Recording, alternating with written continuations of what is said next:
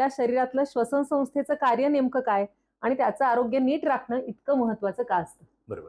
तर खूप चांगला प्रश्न आहे. तर पहिल्यांदा आपण पाहूयात की आपल्या शरीर चालवण्यासाठी जी एनर्जी लागते, म्हणजे थोडक्यामध्ये आपल्याला समजा 100% एनर्जी लागते, जी आपलं रोजचं कार्य चालू आहे ते. तर त्या 100% मध्ये साधारणपणे 90% जी एनर्जी आहे ना, तर ती आपल्या श्वासातून मिळते आणि 10% जी आहे ती म्हणजे आपलं जेवण आहे, म्हणजे आहार आहे किंवा पाणी आहे.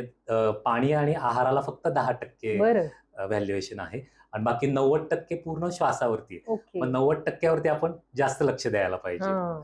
तर म्हणून मग तो आजचा जो आपला भाग आहे तो जास्त महत्वाचा आहे, की जो महत्वाचं. 90% आपलं जीवन आहे ते त्या श्वासावर आहे. हो. तर त्याच्यासाठी आपण देणार आहोत. तर आजचा तास आपल्यासाठी महत्वाचा, कारण तो 90% आपले कव्हर 90% करेल. असं कव्हर कव्हर करणार आहे. करेल. तर बरोबर. मग आपलं कार्य कसं चालतं, की जो आपण श्वास घेतो म्हणजे 90% थोडक्यामध्ये काय 90% म्हणजे काय, जी एनर्जी मिळते आपल्याला एटीपी फॉर्ममध्ये, जे ऑक्सिजन आपल्या शरीरात जातो, म्हणजे नाकातून आपण श्वास घेतो, फुफ्फुसामध्ये जातो, तिथे आपला ऑक्सिजन, हवेतला जो ऑक्सिजन आहे तो रक्तामध्ये मिक्स होतो किंवा ऍब्सॉर्ब करून घेतला जातो आणि तो सगळ्या आपल्या शरीराला पोहोचला जातो आणि त्या ऑक्सिजनद्वारे एनर्जी तयार केली जाते. जशी आपले अन्न खाल्ल्यानंतर ते पोटात जातं आणि मग ते नंतर त्याचं जे काही पचन होऊन रक्ताभिसरण होतं आणि नंतर एनर्जी मिळते. पाण्याचंही तसंच आहे. तर श्वासाचं फक्त एवढंच आहे की 90% तो आपला फुफ्फुसांमध्ये जातो आणि मग तो जातो. इन्स्टंट एनर्जी हां, मिळते. इन्स्टंट एनर्जी मिळते आणि त्याचं महत्व की त्याला काही चार्जेस नाहीयेत.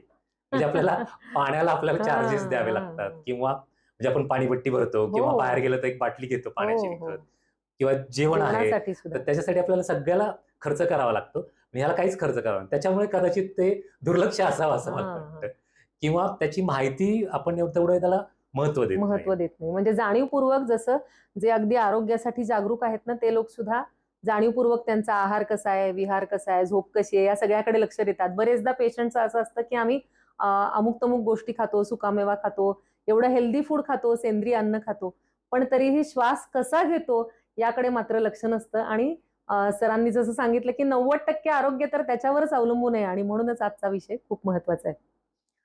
श्वसनाच्या समस्या ज्या आहेत त्या कोणत्या वयोगटात जास्त आढळतात आणि त्याची कारणं काय असतात? याच्यामध्ये 2 गट आहेत. एक म्हणजे लहान मुलांचा गट आणि दुसरा वर्ग आहे म्हणजे तो वयस्कर लोकांचा किंवा सीनियर सिटिझनचा असं म्हणतो तो. तर मुलांमध्ये जास्त करून जो अस्थमाचा जो आजार आहे, ज्याला आपण दमा म्हणतो, तो मुलांमध्ये जास्त दिसतो किंवा तरुण वयामध्ये जास्त दिसतो. तर त्याच्यामध्ये काय होतं ऍक्च्युली दम्यामध्ये, जी आपली श्वास नलिका आहे, तर साधारणपणे आपण नाकातून श्वास घेतो, इथून खाली जाईल इथपर्यंत आणि 2 फुफ्फुसं दोन्ही साईडला आहेत. जर एक आपण झाड घेतलं, म्हणजे त्याची जर अॅनाटॉमी म्हटली किंवा शरीर रचना कशी आहे जर फुफ्फुसाची जर पाहिली, तर मग ती कशी आहे, उलट्या झाडासारखी आहे असं म्हणतात. बरोबर. मग आपण एक हरभऱ्याचं झाड पाहिलं असेल बघा, तर ते हरभऱ्याचं झाड कसं आहे, तर त्याला असे छोटे छोटे घाटे लागलेले असतात आणि त्या घाट्यांमध्ये एक हरभरा असतो. तर तो जो हरभरा आहे ना, तो जर आपण खाल्ला तर तो मोकळा होतो आणि ते हरभऱ्याचं झाड जे आहे ना, ते जर समजा आपण असं उलटं धरलं, म्हणजे त्याची मुळं वरती आणि खाली पानं किंवा झाडं असं जर धरलं, तर तशा प्रकारचं आपलं फुफ्फुस आहे. म्हणजे जर आपला हा ट्रकिया इथे, म्हणजे हे खोड समजूयात, त्याची मुळं अशी ब्रेनकडे बरं का, म्हणजे मेंदूकडे त्याची मुळं आहेत आणि मग फुफ्फुस इकडे, म्हणजे इथे पानं. मग तो जो हरभऱ्याचा दाणा काढलेला जो कोश आहे रिकामा, तो म्हणजे आपले अल्व्ह्युल आहेत किंवा वायुकोश म्हणतो आपण, तर ते वायुकोश आहेत. तर त्या वायुकोशामध्ये आपलं ऑक्सिजन आणि कार्बन डायऑक्साईड त्यांचं देवाणघेवाण होते असं म्हणूयात. ऑक्सिजन घेतला जातो शरीरामध्ये आणि कार्बन डायऑक्साईड बाजूला टाकला जातो.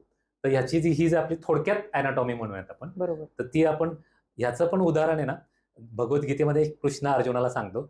मग एक म्हणजे त्याच्यातलं वाक्य आहे, म्हणजे पूर्ण न म्हणता थोडक्यात सांगतो की ऊर्ध्वमूलम अधशाखम असं म्हणतो आपण त्याच्यामध्ये. तर त्याच्यामध्ये पण काय, मुळं त्याची वरती आहेत आणि तो शाखा खाली आहेत, मग त्या वेद रूपाने आहेत. मग त्यातलं वेदाचं एक पान आपण आज बोलतोय किंवा माहिती घेतोय असं म्हणूया. खूप छान रेफरन्स दिला आणि हरभऱ्याची जी प्रतिमा किंवा सिम्बॉल सरांनी सांगितलं त्यांनी सगळ्यांच्या डोळ्यासमोर उभं राहिलं असेल की आपली श्वसन संस्था कशी असते आणि तिचं काम कसं चालतं. अगदी त्यासाठी कुठल्या ग्राफिकची पण गरज लागणार नाही, इतक्या सोप्या शब्दात सरांनी आपल्याला समजावून सांगितलेली श्वसन संस्था.